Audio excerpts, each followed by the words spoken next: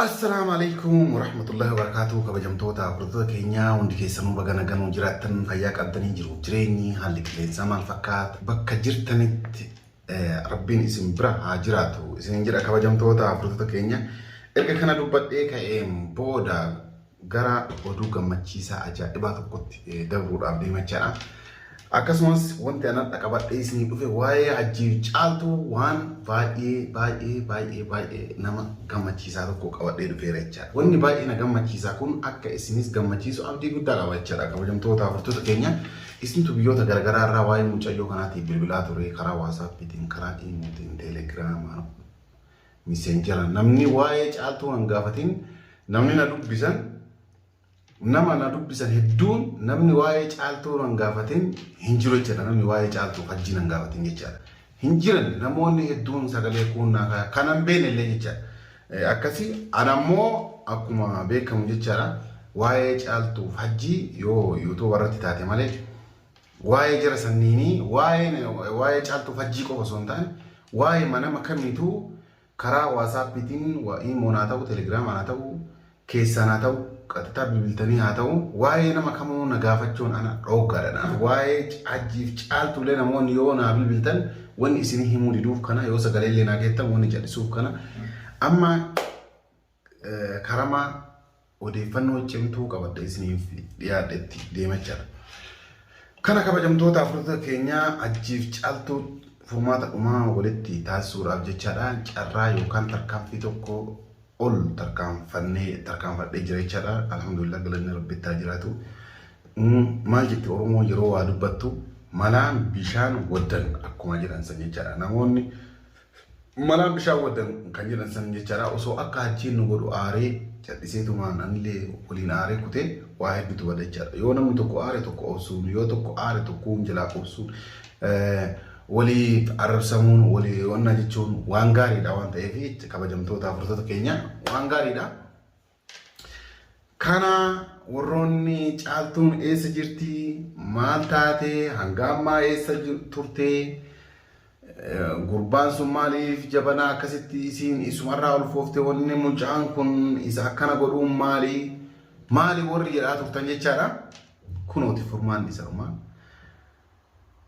Maaliif akkasa tolchee jira haa tolchuu haa dhabaatu har'a furmaata xumuraa inni kaa jedheetiin abdii guddaa kan qabu. Guyyaa kaleessa viidiyoo ajaa'ibaa tokko isinii waraabee jira kabajamtoota furtoota keenya garuu isinii gad hin dhiisne shaashii irratti eeggadha isinii gad dhiise dheete abdii guddaa qaba. Maalidha kan dhumaa jechaadha kaameraa kaawwadhee isa dhuma ani fajiin waliin jiraachuuf yookaan waliin jiraachuu dhabuuf dirqama hajjiin caaltuu deeffachuu qabu yookaan hajjiin maqaa kiyya dhabuuf abdii jedhamu iyyuu maqaa dhabuuf yookaan yoo fakkeenyaaf kabajana maqaa dhabuuf jechaadha caaltuu wajjin akka jiraachuu qabu kan an murteesse jechaadha. Maaliif mucayyoon tun ulfa gara deemtuun qabdu yeroo kanatti rakkisaadha jechaadha. Osoo garaa duwwaa jiraatte illee akka feetetti addaan bayanii akka feetetti waan feete ta'uu danda'an jechaadha. Isin illee dandeette jechaadha akka feete ta'uu dandeessi. Tokkoffaa nutu jarri wal lolanii asii deemte nuutu biyyarraa as fidee amma ammoo wal lolanii inni nu aarsee jira. Yoo akka feene nu jenne mucayyoon sun jidduu tanatti waan miidhamtuuf jecha obsaan akka araaraman taasisee jira. Kanaaf dhugaa dubbachuudhaaf caaltuun ammallee manatti hin galle. Caaltuun mana galtee hin jirtu. Hajjiin garuu caaltuu wajjin araaramuun katta hamar yookaan sarara diimaa dirqama akka ta'e itti mee guyyaa kaleessa saayifuu kaameraa kiyya dhuunfadhee jechaadha. Yookaan caaltuun araaramu isinuun argitan viidiyoo san jechaadha. Akka dirqama araaramu ittiin wannaa jedhee inni illee dubbii san keessatti waan garaa nama viidiyoo san keessa dhugaa dubbachuudhaaf waan garaa nama nyaatu waa hedduu natti hime. Osoma anillee osoma aagu waan garaa nyaatu tokko illee natti hime jechaadha. Innis akka mucayyoo tana hin jibbine sagantaa yaanii amma ilmoo argachuuf akka hin barbaanne dhaqa inni natti hime jechaadha. Akkasii walumaa galatti dirqama araaramuu qabda jedheeniiti tolee naan jedhee jira jechaadha. Hajjiif caaltuun walitti araaramuuf walii galaniiran jechaan. Akkana jechaan maali kabajamtoota furtoota keenya jara lamaa walitti araarsuuf dhugaa dubbachuudhaaf caaltuu bira dhanneen hajjiin tole jedhee jira. Hajjiin tole jechaan maali? Caaltuun durumaayyuu inni beektanii isa tokko fedhe goraa ture malee isiin isaan walitti araaramuu hin jettu. Isiin yaani mana kiyya ijuma isaa sodaadha. Abdiin fasihaa eegunaan jedhe gaafa duraanillee wanni mana kanaa baheef kanaafi maal naan jettee jirti yookaan jibbiinsa isarraa qabduuf akka manaan bahin argitanii jirtan dhageettanii jirtanii. Walumaa galatti guyyaa kaleessa hajjiin tolee maqaan araaramaa rakkoon hin jiru naan jedhe. San qofa osoo hin taane yeroo an caaltuu mana kana fidee yookaan badiin teeti yookaan badiin ta'isiiti jedhee an murteessu afaan takka kilmaa takka dubbachuu hin qabdu dubbii takka dubbachuu hin qabdu jedheeni akkasumatti innillee haa galatoomu. Anaaf hin dhabini fidii dubbii takka ittiin dubbadhu lammuu ammaan boodallee hin tuqullee maal naan jedhe. Kanaaf kun warroonni yaaddoo caaltuutiif yaadda'aa turtan guutuun keessan galatoomaa ulfaadhaa kabajamaa isiniin jedha.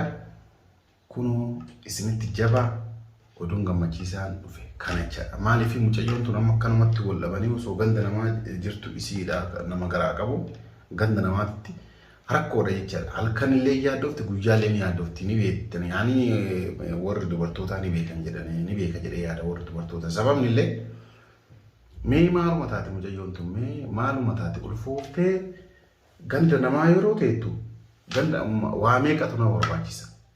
Nyaata nama barbaachisaa uffata ofii jirachuutu nama barbaachisaa waan adda addaa barbaada namni jechaadha. Dubartiin ulfaa waa hedduu feeti waa hedduu feesisaa ta'a waa meeqa feeti jechaadha. Angaruu dhugaa dubbachuudhaaf garummaan hajji hin galatoomu ulfaadhu kabajamu jedhaani. Akkasii kabajamtoota hordoftoota keenya har'a yookaan boru bakka caaltuulee dhaqee oduu kana isiif himee yoo rabbi jedhee yoo danda'ame viidiyoo isinii waraabaa.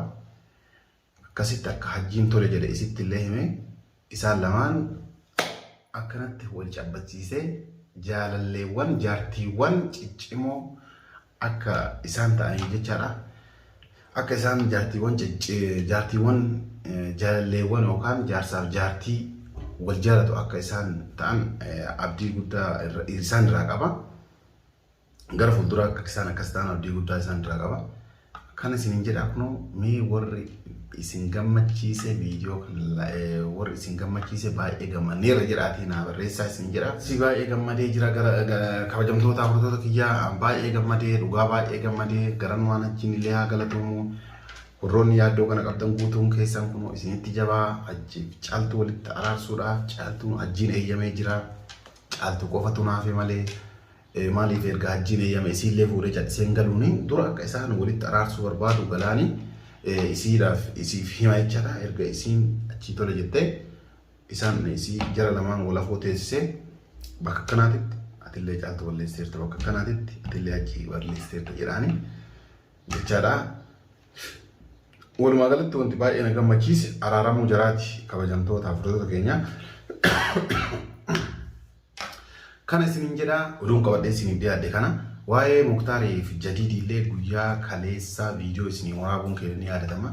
Kunillee oduu ajaa'ibaa yaani waan baay'ee nama gammachiisu akka nu ulfanne san osoo hin taane jechaadha. Waan baay'ee nama gammachiisu oduu bareedutu jira jechaadha.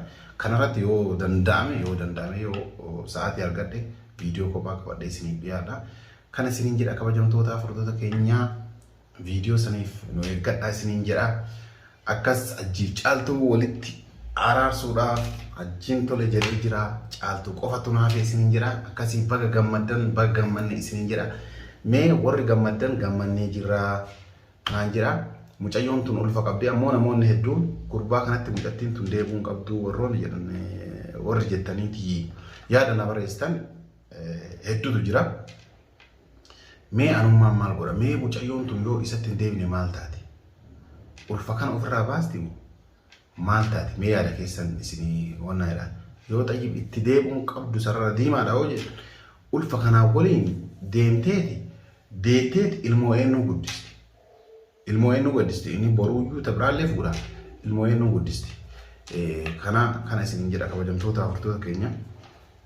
Waan balleessa keessatti na of kolchaa ammoo akkuma dura isiniif jedhe san jechaadha malaan bishaan waddan akkuma jedhan obsee anillee osoo aariin takka waan jarri balleessineef aariin takka hin aarin jechaadha isaan kana walitti araarsuudhaaf deema amma dhugaa dubbachuuf araarri jira ana gara kiyyaan jechaadha xumura araaraa ta'eeti abdii guddaa qaba inillee ulfaa waliin fudhannaan ammaan booda wanni irratti wal lolan hin jiranatti hin fakkaatu jechaadha wanni irra wal lolan hin jiranatti hin fakkaatu akkasii caaltuun ammoo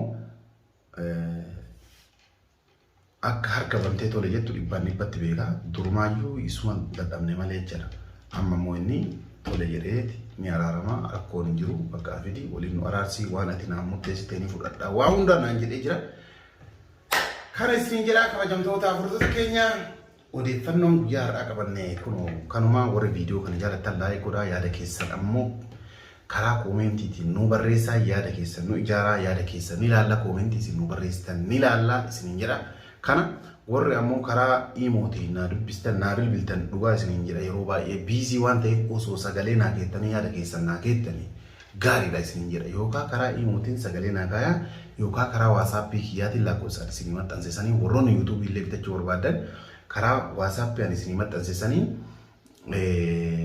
lakkoofsa karaa waatsaappii isinii maxxansisanii sagalee yoo naa kennittanii yaada keessan ibsattan gaariidha jechuudha. maaliif yeroo imoodhaan naa bilbiltanii na eeddanii akkuma ati bilbiltu kun illee gara naan bilbil namni gara naan wallaahi dhugaa isin jedha namoonni hedduu waan bilbilaniif rakkoo guddaadha imoo fa'a yoo ammoo sagalee namu keettan jechaadha haaluma salphatti ni dhageeffadha dafee isin deebisachaadha yaada keessan kana isin jedhaa isinitti dheeressuun barbaannee kabajamtoota afurtoota keenyaa galatooma ulfaadhaa kabajamaa bakka jirtanitti iddoo jirtanitti nageenya rabbii isin bira haa jiraatu isin jedha nagaan tura.